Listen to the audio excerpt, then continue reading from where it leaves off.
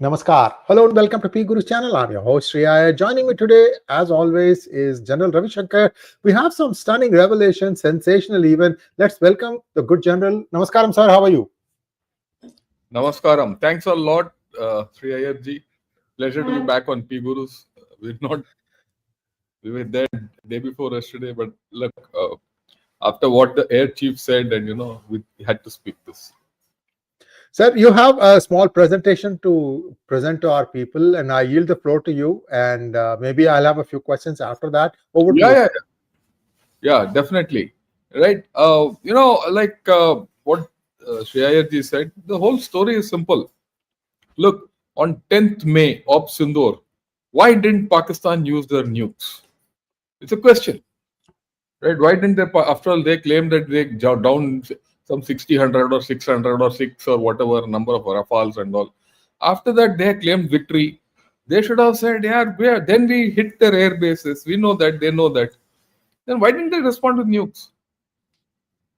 No, they said, no, they got first strike capability. You do anything and we'll nuke you to, wherever. Kingdom come. Kingdom come, Allah come, whatever it is. Because everything in the name of Allah only there. That's their God. All the best to them. So why didn't they use it? And I had my own theory about this. But I've spoken of it. It's not new, but I've spoken of it in parts. But today I thought I'll concentrate on it, and especially when 𝗏𝙗𝗙𝗥𝗘𝗦 yesterday spoke, so can we discuss this? I said yes. Now that our Chief of Air Staff has come out with actual numbers and what kind of aircraft and all that. Now that confirmed what my theory was, right? And I'll put it across to you, and then fine, we'll take some questions if time permits. There's going to be a short presentation. Can we have the thing? So what stopped Pakistan from using their nukes? So let me go over one by one, because unless I put it structured, you'll not understand. Look, this is a photograph which came out today of Murid Air Base, right, by Damon Seaman, Defstra or something like that handle. And you look at the Murid Air Base to what he shows today in the picture to what was shown earlier. There's a difference. There's more damage than we thought actually. As per this picture, there were 2-3 places Murid Air Base has been hit. And very precise hits, mind you. So actually what the story is coming out is that the damage suffered by Pakistan is far more than what we had imagined earlier or assessed earlier. It's extensive and it's slowly coming out in layers. Right? It's not, you don't get a full picture, but the picture is slowly developing. And if the kind of thing is there, my view is that Pakistan had no capability to respond with nukes. Look, this is Op Sindoor. Not many of us have framed it this way. It is 9 by 11. I'm going full screen. You can continue talking. I'm going full screen. Go ahead. It's 9 plus 11. 9 terrorist bases and 11 air bases. So it's there 9/11. They talk of nonsense, bloody 6 or 7 Rafales or something which they've shot. Which they have not shot. But this is actually on ground. 20 targets taken out. Thank you. In a matter of 4 days. And pretty extensive. Just to remind people, to give a refresher, look at this clip. Okay. All these clips, have a look so that don't think it is gone. Whether it's Noor Khan, where the main command center, that's gone. Right, Rahim Yar Khan, runways just got repaired recently. Shankar. Okay. And you take it, Bolari. You see this, okay, Jacobabad, main air base. Thank you. Okay. And this is all absolutely clear what happened. The bases were hit very badly. On that, there's no doubt at all. Now, okay, this is the thing, right? But then, importantly, yesterday the air chief gave a press conference and a lot of things about what losses Pakistan has suffered has come out.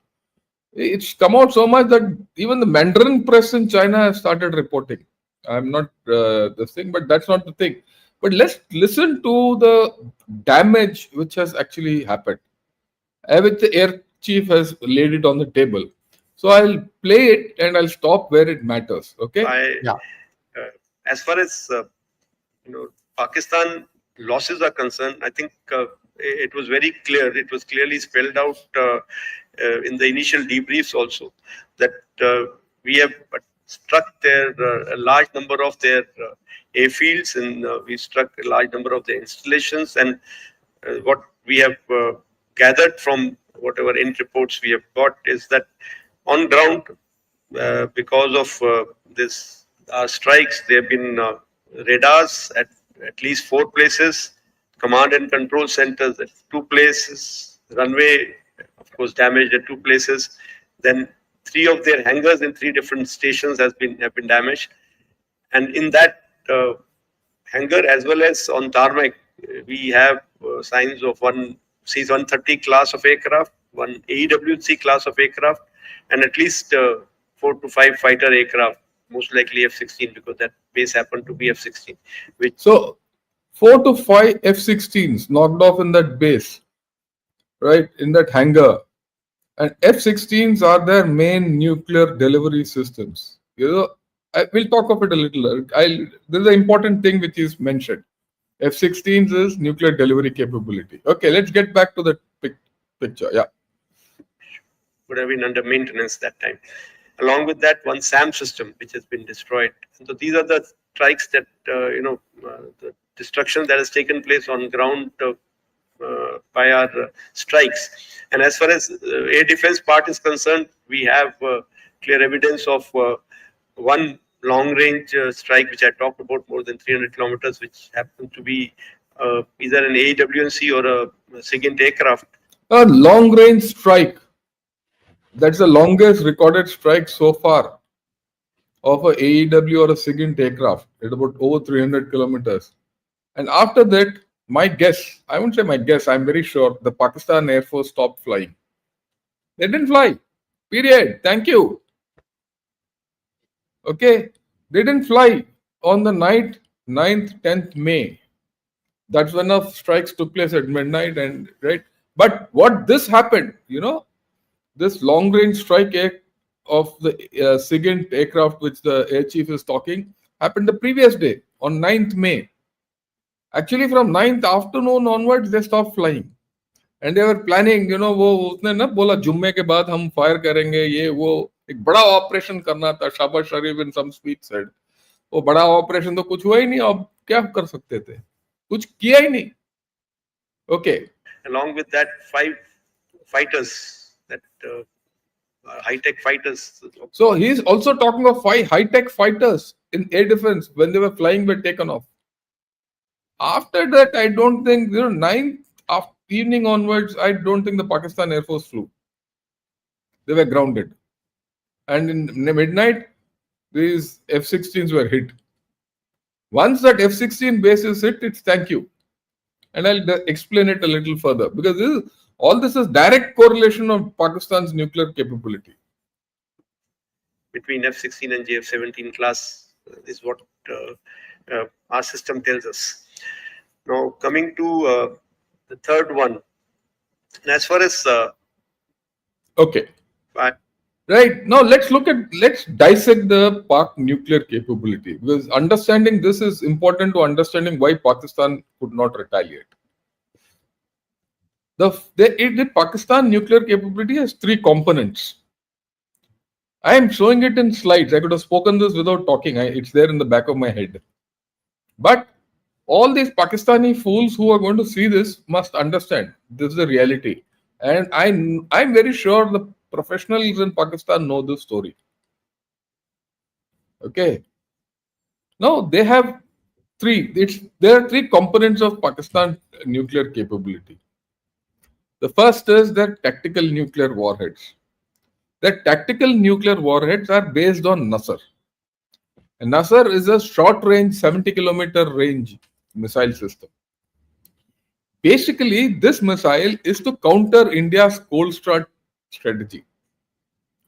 Okay? In case we went on an offensive against them, and our armored columns moved into Pakistan, how to these short-range tactical missiles or tactical nuclear missiles would hit those columns to stop the thing. Okay, that couldn't be used because we didn't use a ground offensive at all. There's no cold start strategy. It's all hot start. Sindoor was hot start, no, not cold start. So we didn't use our ground forces at all. And with 60 kilometers range, they dare not use Nasser. What will they hit? They'll hit the forward areas. Oh, they'll hit only desert area in our area. It didn't make sense for them, and in fact, we didn't give them a chance to use. So this actually was taken out of the equation. Okay. In fact, it never came into the equation. The second capability is air-based nuclear delivery. Now they can do toss bombing, or they have this RAD, ALCM, which is a crude kind of a missile, which they can launch only from 2 aircraft in their inventory. Mirage 3 or 4, which they have an old one, which French type, and F-16s, which they had modified. No other aircraft can just throw nuclear weapons. F-16s though use hot water, chief said, gone. They're gone with the wind. Now, if that is the case, end of story, you can't put them up in the air, so that was grounded. Okay, and then not only that, please also understand, simultaneously, our air defense had hit 5 aircraft, downing 5 aircraft in the air. It's not a joke. And one SIGINT or a AEW gone at long range. So, like I said, Pakistan was not flying. So, if they are not flying and they didn't have the capability to fly because they didn't have F-16s, how will they launch a nuclear capability? It is not a football you have to kick across. Okay. And then the third component is long-range missile systems. Now, the thing with long-range missile systems is this. These are all the long-range missiles. They could have used any one of them. Right? But let's look at all this. Let's look at what happened. On 10th May, what was the situation? Their main bases from where they could have launched their nuclear strikes, Sargodha, Nurkan, Shankar, Murid, RYK were all non-operational. All of them were non-operational. They had complete loss of command and control because that main command and control center at Nurkan, which even now I showed that picture, is down. Even now it is not up. They're still building it. 6 months after the whole story. Many of their RYK, Rahim Yar Khan, which is their forward base and a very critical base for everything, just came back into use last week. Till last week it was off. The runway was being repaired. Okay. Main bases from where air-launched nuclear weapon systems could be thing were down and not operational. They couldn't pass. Because their Air Force radars were hit. Their air defense radars were hit. All those, what the Army Air Force chief said. Complete loss of command and control. You don't have command and control. What will you pass instructions? Nuclear weapons are just not tossed away by anyone at any this thing. There has to be a national command authority. Someone has to authorize. Someone has to put a code. Someone has to mate it. All that nonsense. It doesn't happen overnight. Okay, because see, the loss of aircraft about 12 plus AEW plus C-130 plus SIGINT and all that. Plus air defense systems and radars were degraded. So the entire air defense of Pakistan were down. That's why they couldn't fly. Their main cities were under attack. And then, so what happened in Kirana Hills and Chagai? I'm not talking whether they got cooked or whether they got hit. But we know definitely now that Kirana Hills was hit. Something in Kirana Hills was hit. So it is very safe to speculate that they wouldn't have gone near that. Because something would have happened because abhi tak koi baat hi nahi hai. All those, if you remember at that time, aircraft with boron was going all over the countryside. So virtually their nuclear arsenal, air-delivered nuclear arsenal was done and dusted. Air defenses were down by 9th May. I'm talking of 9th. I'm not even talking of 10th. Okay. even before the BrahMos attack went in. After the BrahMos attack went in, the situation became worse. And then the only option was to use long-range missile systems.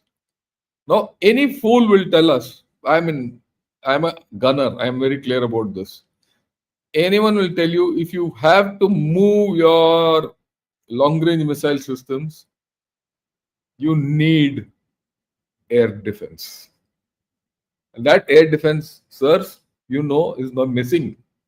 Katam, flat. They were not flying only. Okay. So, now the next point of this whole story is that, you know,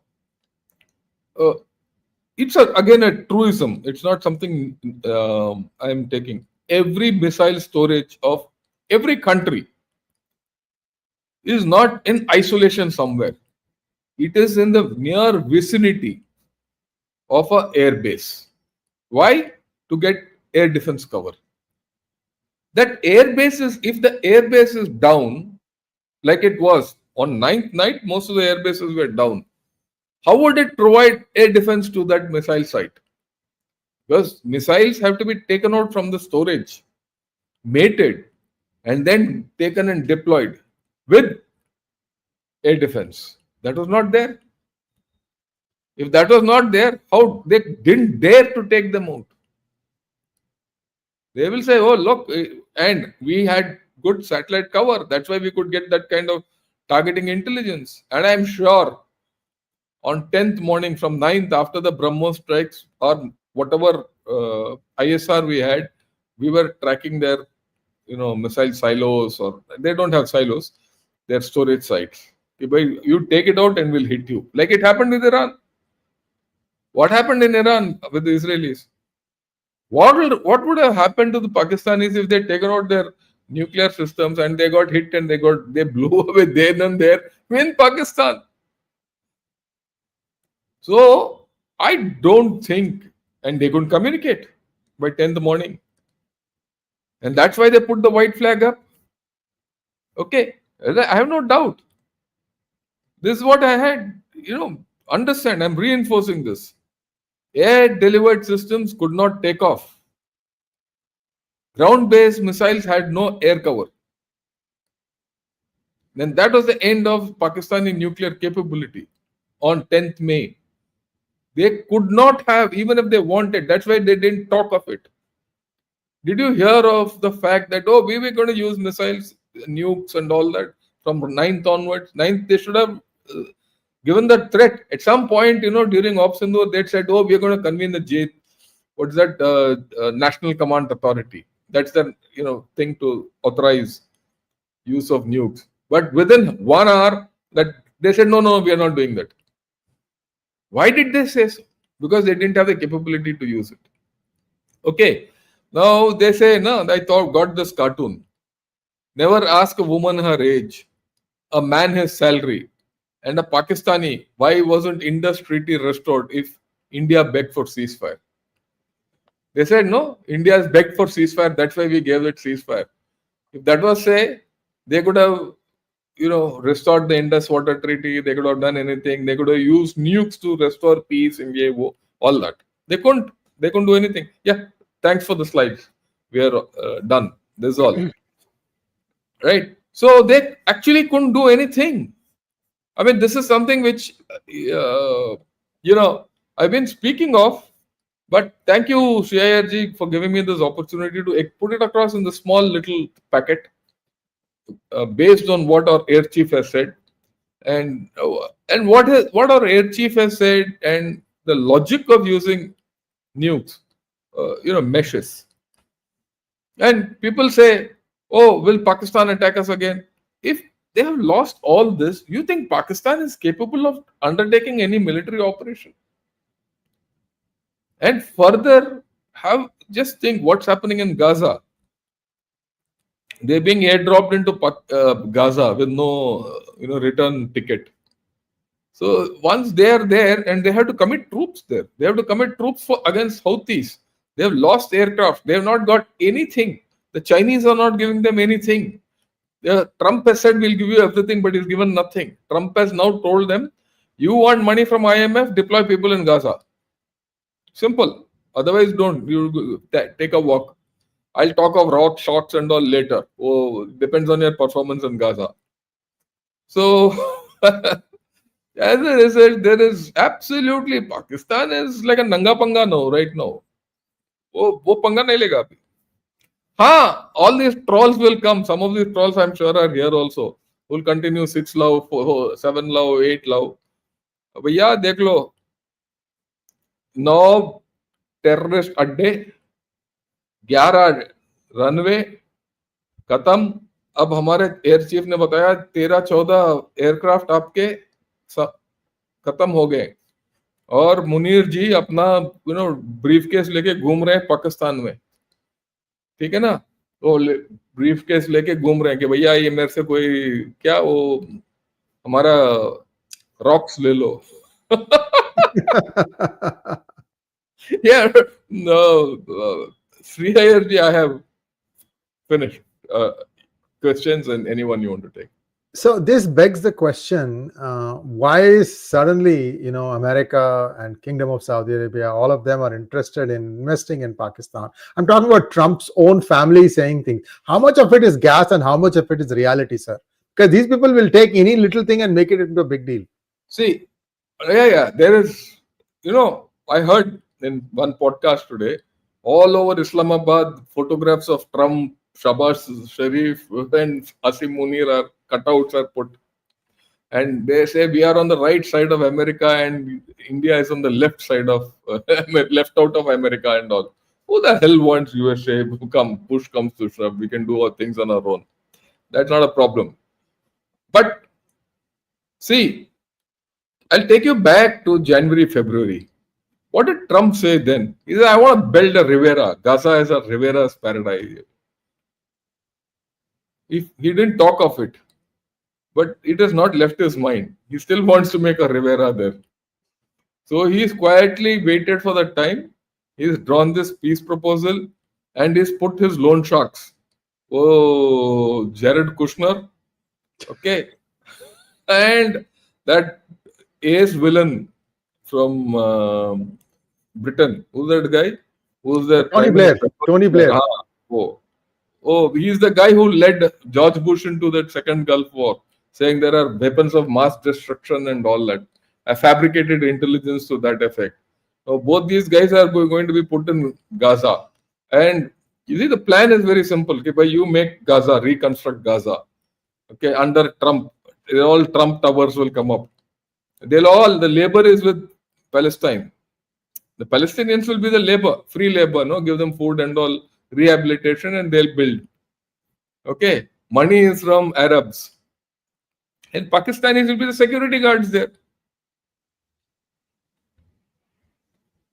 Neat plan. This is the Trump plan, as far as I'm concerned. And Trump plan decoded in 2 minutes. So Pakistanis are not being told you do all this, otherwise you don't get your next tranche of IMF. And this threat I didn't get from my head. I got it from Khurram Hussein's op-ed in Dawn yesterday. This is something I got from Dawn. Okay, this is what they're saying. So that's it. The happiness there. And he will say, yeah, I'll invest in oil, I'll invest in this and that, all that. So this fellow went and took his briefcase and showed him all those, what we don't know what those colorful stones were, where he got them from. End of story. That's it. He's not going to get, USA is not going to do anything. I'm very sure. And the Chinese are pretty upset about the whole affair. 3D printed.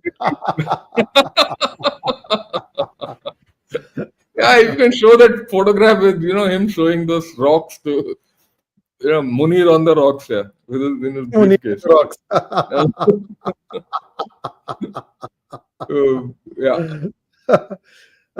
General, we wanted to keep this short.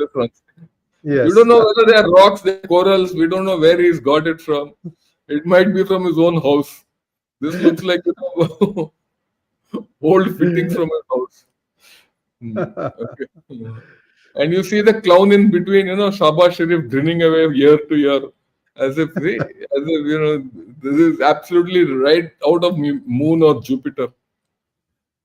So that's how it is. Yeah. Yeah.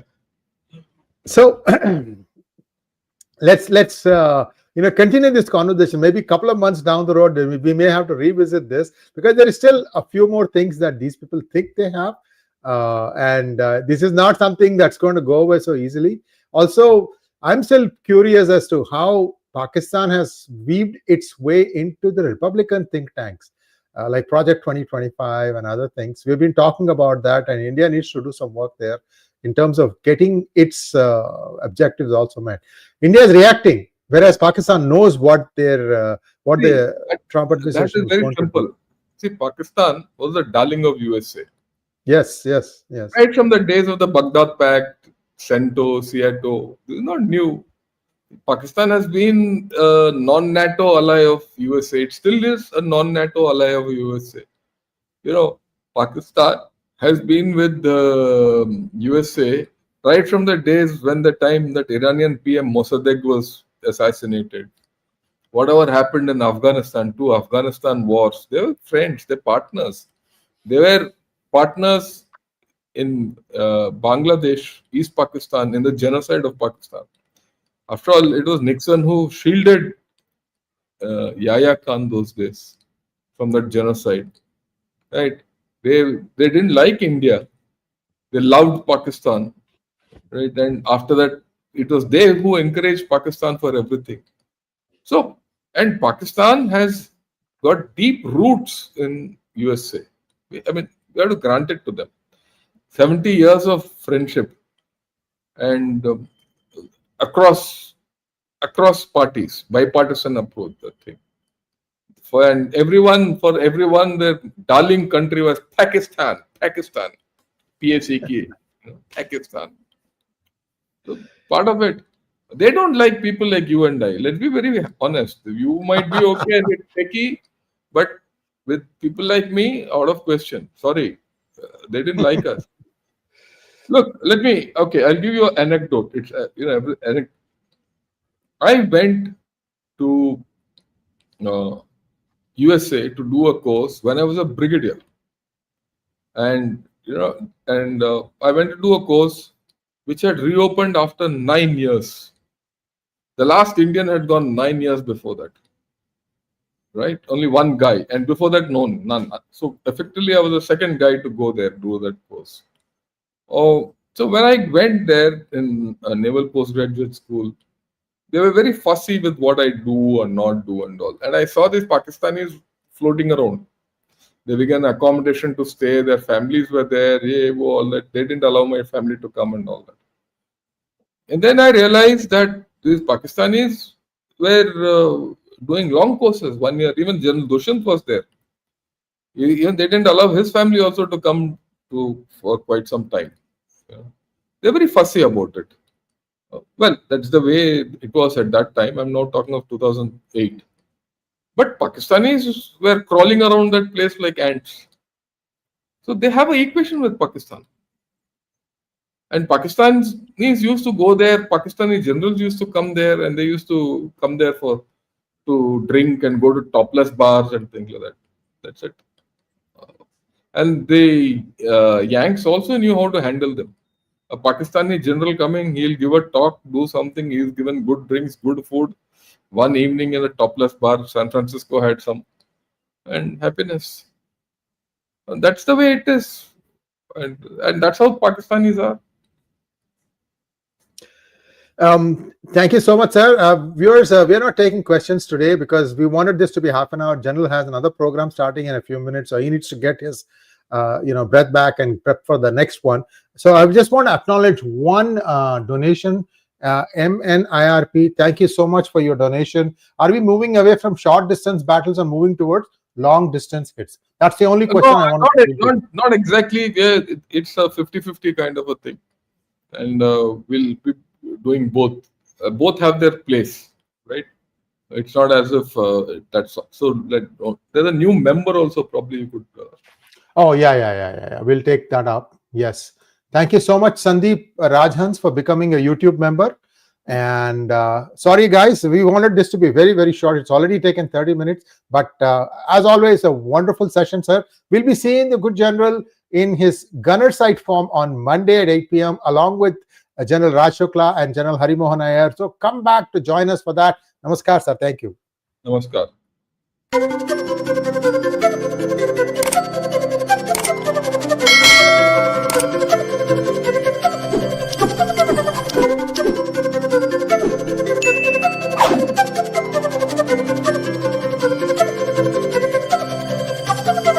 Thank you.